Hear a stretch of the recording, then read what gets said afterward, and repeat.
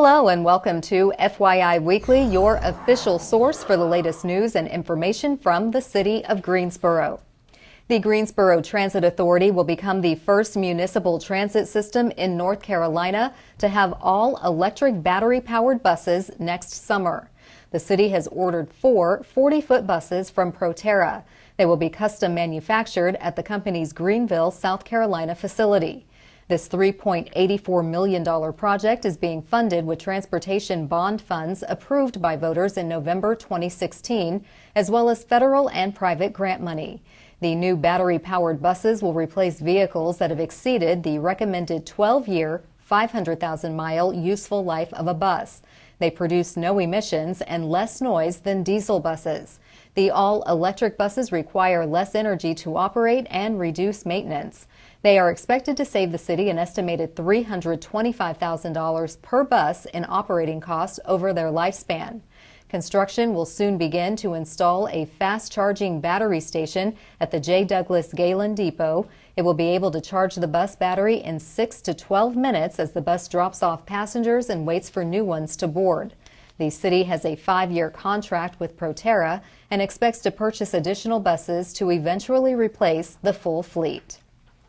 The Greensboro Parks and Recreation Department has hired a consultant to assist in updating the department's master plan. The document will provide a framework for the use and development of the city's parks system for the next 20 years. The planning process will review the department's current operations and provide recommendations, priorities, and strategies for meeting the changing recreation needs of the community. It's expected to take 10 months to complete. Nasha McCrae, the city's interim Parks and Recreation Director, says it's important that we take time to review what we do as a department to make sure we are making the most of our resources and meeting the current and future needs of our diverse and active community. The existing plan, adopted in 1998, expires at the end of the year. An updated plan ensures Greensboro Parks and Recreation remains in good standing with the Commission for Accreditation of Parks and Recreation Agencies and will better position the city when seeking state and federal grants. As part of the planning process, input will be sought from a diverse group of community stakeholders. The Hope Court community is the recipient of the Housing North Carolina Award for Excellence in Affordable Housing. Located near the Corey Convention Center, Hope Court offers permanent supportive housing for formerly homeless individuals, persons with disabilities, and working families. The city's Neighborhood Development Department provided a loan from its federal home program funds, and Affordable Housing Management, or AHM, developed the housing community. The Excellence Awards, sponsored by the North Carolina Housing Finance Agency, recognize outstanding homeownership, rental, and supportive housing developments that serve as models for other communities. Hope Court received the award for its affordability, design, sustainability, community contribution, resident services, and creative partnerships. AHM, formerly known as Greater Greensboro Housing Foundation, is a private nonprofit organization whose mission is to provide quality, affordable rental housing for low to moderate income households, including the elderly and disabled. For more information, contact David Levi, AHM Executive Director, at 336-273-0568. In an effort to help our employees and residents improve their quality of life, the city has partnered with Cone Health for a series of brief and informative videos designed to inspire you to get fit and stay fit.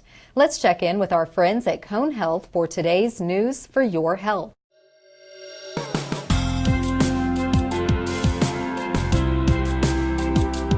Hello, my name is Jennifer Pa, and I'm a physical therapist at Cone Health Outpatient Rehabilitation. I'm here today to talk to you about exercises you can do to improve your mobility and ease the stiff, achy joints that you might have. Whether it's your knees, your back, or your shoulders, there's always an exercise you can do that's simple and effective, that's low impact, and you don't need any equipment at all. So let's go ahead and get started. This is my friend Kendra, and she's here to help us do some of these exercises and demonstrate how it's done. So let's go ahead and get started. What we're going to start with today is a little bit of a light warm-up, okay? So she's going to start by marching in place, nice and easy. Now, if you've already been moving around your house, that's great. You can go ahead and take a walk to the mailbox, or just make sure you're doing something to get your blood flowing before you start some of these exercises.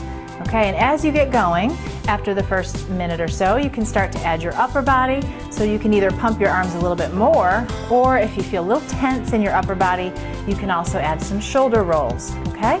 So you want to just warm up the joints and just kind of get the blood flowing, get your heart rate up a little bit, okay? Like I said, maybe a minute or two before you start some of these exercises. And now another exercise which is going to work on your leg muscles, okay? So this is a sit to stand exercise. What you want to make sure is that you have a nice firm chair so that you've got a good solid place to stand from. A sofa might be too challenging. So she's got armrests here. She's going to try to sit down without using her hands, okay? So reaching her arms out in front, she sends her hips back and lowers down. Now, I want you to try this to try to see if you can stand up and sit down without using your hands. Okay, she'll do this maybe 5 to 10 times. Now, if you need your hands, you can definitely do that, but that is a good way to tell if you're getting stronger. So your thigh muscles are getting a little bit stronger. On her next one, she's going to start to raise her arms up. So she's going to lower down and then up with her arms up overhead. So that just gets a good full body exercise. She doesn't have to raise her arms all the way up overhead, but just getting the upper body involved is a really good thing. Notice that her knees are tracking right over her second toe. She's got great form, her hips are going back, her back is nice and straight. From there, we're going to start to add in some more dynamic exercises. So she's going to do kind of a similar to the warm-up. Her knees are going to come up. So this is called a knee pull down. Arms start up. She's going to bring her hands down towards her knees. Good. Just getting a little bit more intensity going. So she's working on her upper body, her core, and her lower body. Now, again, if your arms can't get up that high or if this is too challenging, you can definitely do it with a lower intensity or even in sitting. You can march your knees if that was too difficult. Okay. Now what she's going to do is add a little bit of trunk rotation. So here's that core working again, going across the body, pulling her knees up towards her chest. And she has great form. And really, you know, if you can do 10 going to each side, that's plenty. We're going to stretch your back out a little bit here. So stand with your feet wide apart. You're going to take one arm up overhead, reach it really tall. Now keep this hip where it is and you're just going to round your spine over toward the other side.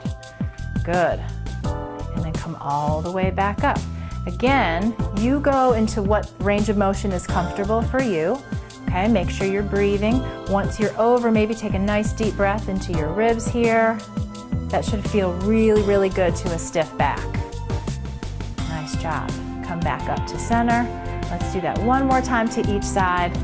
Really thinking about lengthening your finger to your foot, that whole long line. That looks great. You could always do this in sitting if you needed to. Okay, and then back all the way up and reach up and over. You never want to bounce when you're stretching. You want to hold it for a good 15 to 30 seconds. With this one, probably closer to 15 seconds would be good.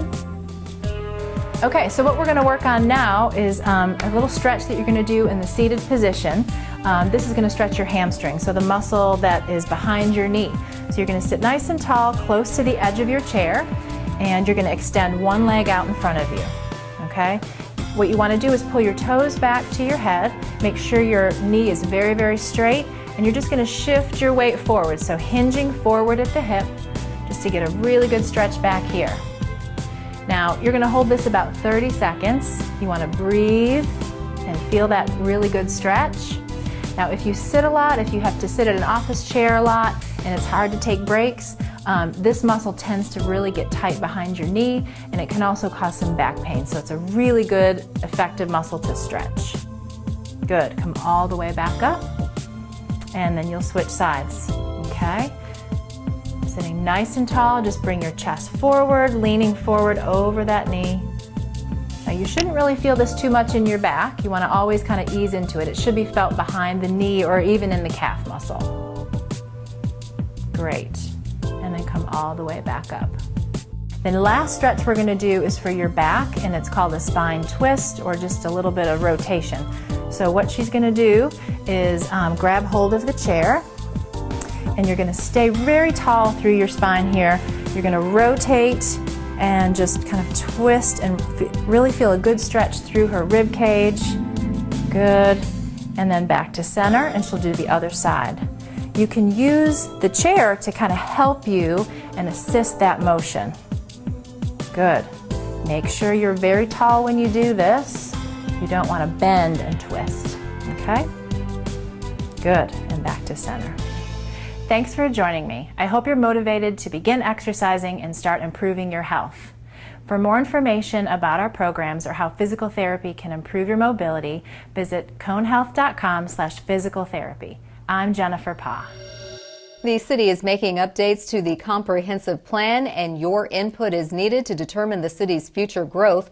We'll have that story and more news coming up after the break. Stay with us.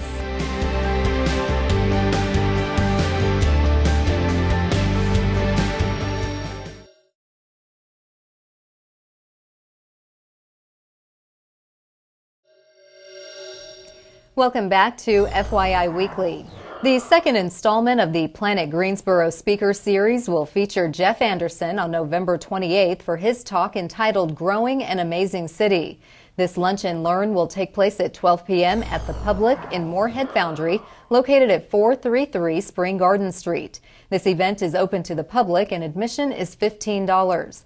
The discussion allows the community to share thoughts and ideas about Greensboro's future growth. If you're not able to make the luncheon, there will also be a community lecture later in the afternoon from 4:30 p.m. to 6 p.m. at the Greensboro History Museum located at 130 Summit Avenue. This event is free and open to the public. The Greensboro Police Department has 3 medication collection boxes available throughout the year for residents to dispose of unwanted medications. This offers a responsible way to dispose of prescription drugs while also educating people about the potential for the abuse of these medications. The box at 100 Police Plaza in downtown Greensboro is available 24 hours a day, 7 days a week. Items can also be deposited in collection boxes located at 300 South Swing Road and 1106 Maple Street on Monday through Friday from 8 a.m. to 5 p.m. Each year, approximately 700 pounds of unwanted medications have been deposited in the GPD collection boxes, preventing the drugs from being sold illegally or dumped in the city's water system. Studies show most of the abused prescription drugs are obtained from family, friends, and the home medicine cabinet. For more information about additional disposal options, please visit the city's website. The first round of loose leaf collection is well underway. Leaves that have been placed at the curb will be removed by Friday, December 22nd. The second round of collection will take place from Thursday, December 28th through Friday, January 26th. You can visit the city's website to access the interactive map that will show you where your neighborhood falls on the pickup schedule. Meantime, the city offers the following tips for a successful loose leaf collection season. Rake leaves to the edge of your yard behind the curb, not in the street or on the sidewalk. Remove sticks, rocks, and other debris that may damage city equipment, and don't park vehicles on, in front of, or near piles of leaves. Residents may also use the city's year-round yard waste program to dispose of leaves. To do so, place the leaves in clear plastic bags or in a plastic or metal garbage can and set them at the curb on your regular trash collection day. The collected leaves are converted into compost to fertilize city gardens and landscape areas. If the landscape areas in your yard could benefit from the compost, it may be purchased at the White Street landfill located at 2503 White Street. In an effort to spotlight, celebrate the entrepreneurs, the artists, the community builders, and essentially the next generation of leaders, the City of Greensboro is proud to partner with Action Greensboro to introduce our Made in Greensboro series. This day, we place the spotlight on comic book connoisseur Jermaine Exum.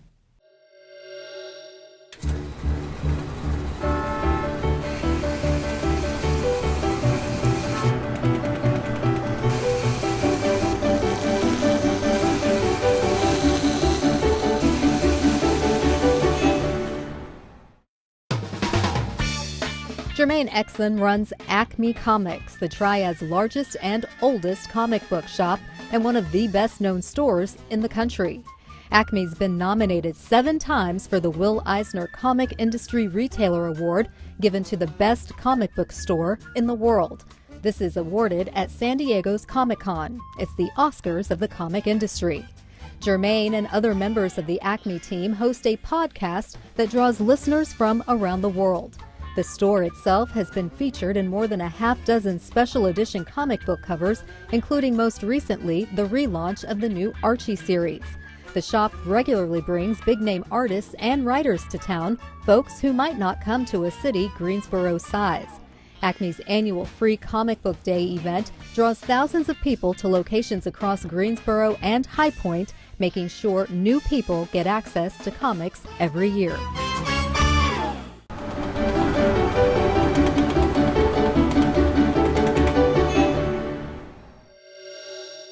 To learn more about Made in Greensboro or to see more images taken by photographers Jerry Walford and Scott Mothersbaugh, visit the Action Greensboro website at madeingso.com. In anticipation of a new way to contact the city of Greensboro, the Fix It Greensboro app is no longer active.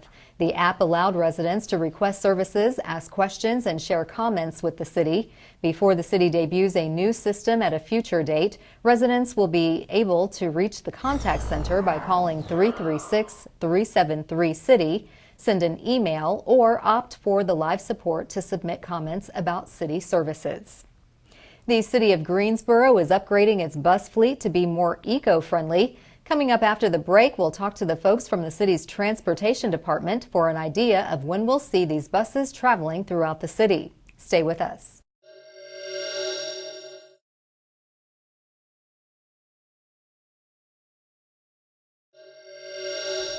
Welcome back to FYI Weekly. The long-range plan for the city's transportation department is to invest in a more environmentally friendly fleet of buses. Joining me now to tell us how the city of Greensboro is moving in that direction is Kevin Elwood. He's the Communications and Marketing Manager for the city's transportation department. Hello, Kevin. Hello, welcome Carla. to the show. Thank you. Thank you for being here. For folks who aren't too familiar with the operations of the Greensboro Transportation Authority, tell us a little bit about what you do. Okay, sure.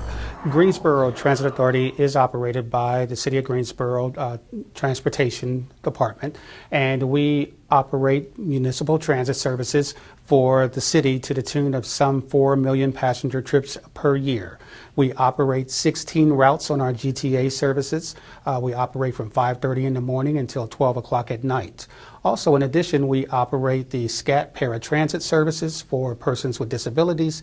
And finally, we operate higher education area transit, or HEAT, in partnership with local colleges and universities. That's very impressive. So you run the gamut in terms of all the people who you're servicing, from those with disabilities, those who are in college, and the rest of the folks who just need a bus ride. Exactly. We're there for the riders who choose to ride or those who do not have other options of transportation. We're there for them. Okay, and as I said earlier, you're moving towards a more environmentally friendly fleet. Tell us about your re-entrance into alternative fuel vehicles. Sure. Actually, we have been looking into alternative fuel for several years now.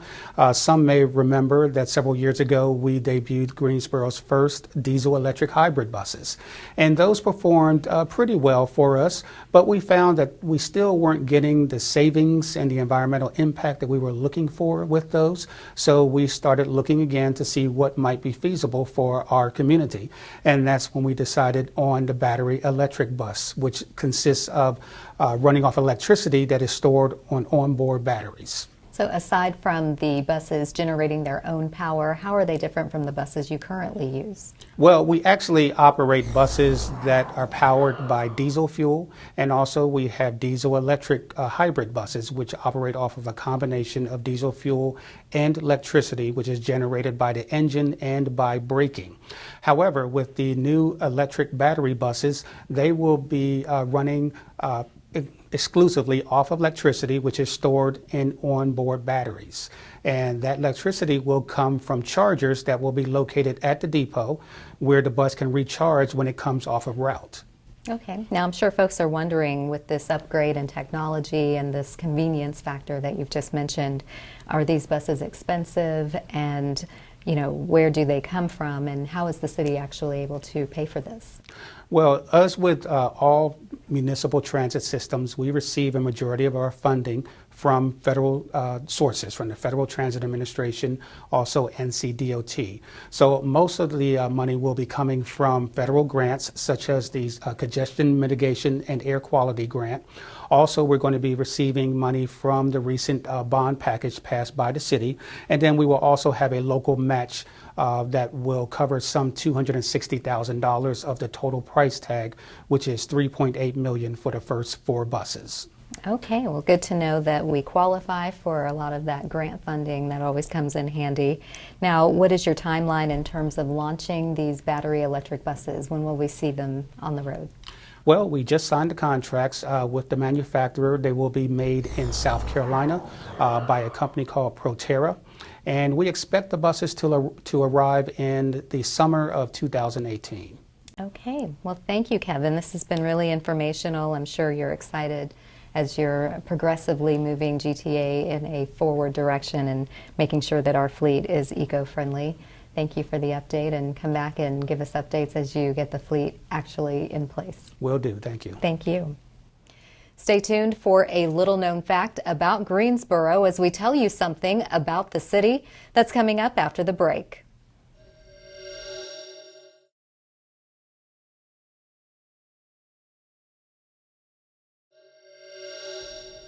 Welcome back. One way to stay informed about what's happening in the city is by attending or tuning in to city council meetings. The Greensboro City Council meetings are open to the public, but if you can't attend, we broadcast the meetings live right here on GTN. Council meetings take place at 5:30 p.m. on the first and third Tuesdays of the month on Level 2 of the Melvin Municipal Office Building located at 300 West Washington Street. To review the council meeting schedule and agendas, please visit greensboro-nc.gov/council meetings. Here's an opportunity to learn a little something about the city. During the next several weeks, city staff will conduct an inventory of downtown buildings to help determine which ones may be listed on the National Register of Historic Places. The city is asking the public to help by sharing historic items. The two-phase project conducted by the city's planning department begins with taking photographs of each building and gathering recorded data about construction type, architectural features, and current physical condition. During the second phase, an architectural historian will determine which buildings may qualify for the National Register and resurvey the current downtown Greensboro Historic District to document changes, determine if district boundaries should be expanded, and certify buildings that were previously placed on the National Register. Residents with memories of downtown buildings, businesses, and people, as well as those with old photographs and other documents, are encouraged to contact the city's planning department. Items that can be reproduced will be returned in the condition they were received. When a property is listed on the National Register, its owner becomes eligible for federal and state rehabilitation tax credits.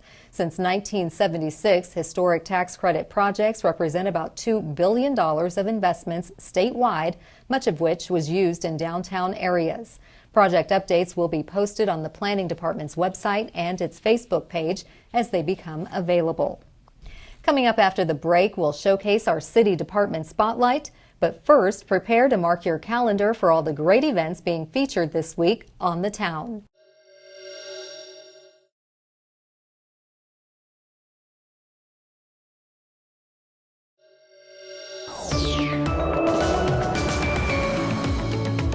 Hey, this is Jody. After you've enjoyed Thanksgiving, it's time to get out and check out these local events that are sure to keep you in the holiday mood.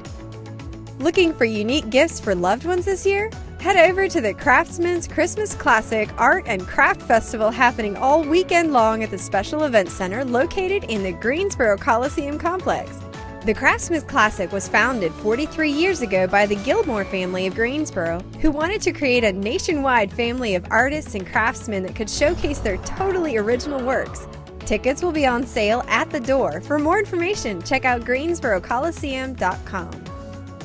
This Friday from 4 to 5 p.m. at LeBauer Park, join Little Blank Canvas, an award-winning art studio offering an educational and interactive art and digital curriculum with creative and fun lessons for free.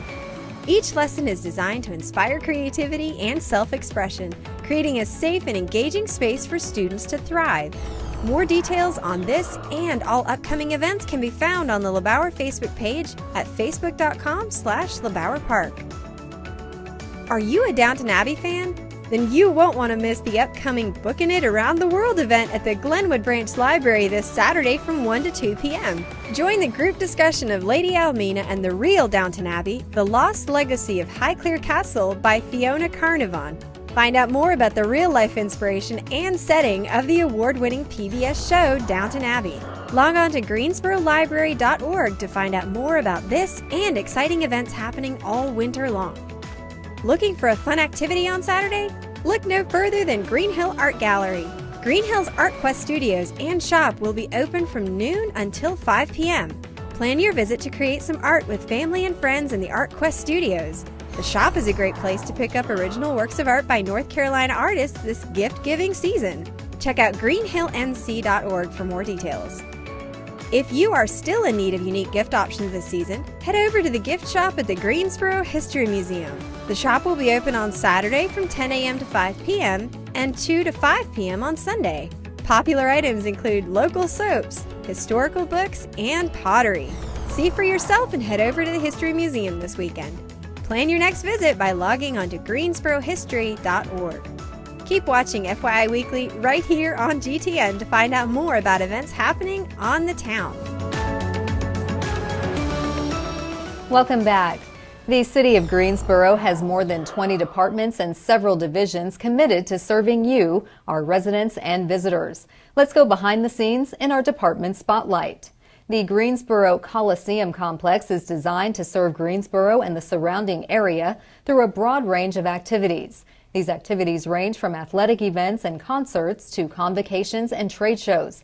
The complex is both a primary center of activity for the community and a leading economic generator for this region. With 8 venues, including the 22,000-seat Greensboro Coliseum, the complex is one of the most actively booked facilities in the country, hosting more than 1,100 events each year. The Coliseum has a long history of hosting the ACC and NCAA basketball championships, as well as concerts by some of the top names in the recording industry. On the other side of the break is this week's Way to Go GSO Shoutout. Stay with us.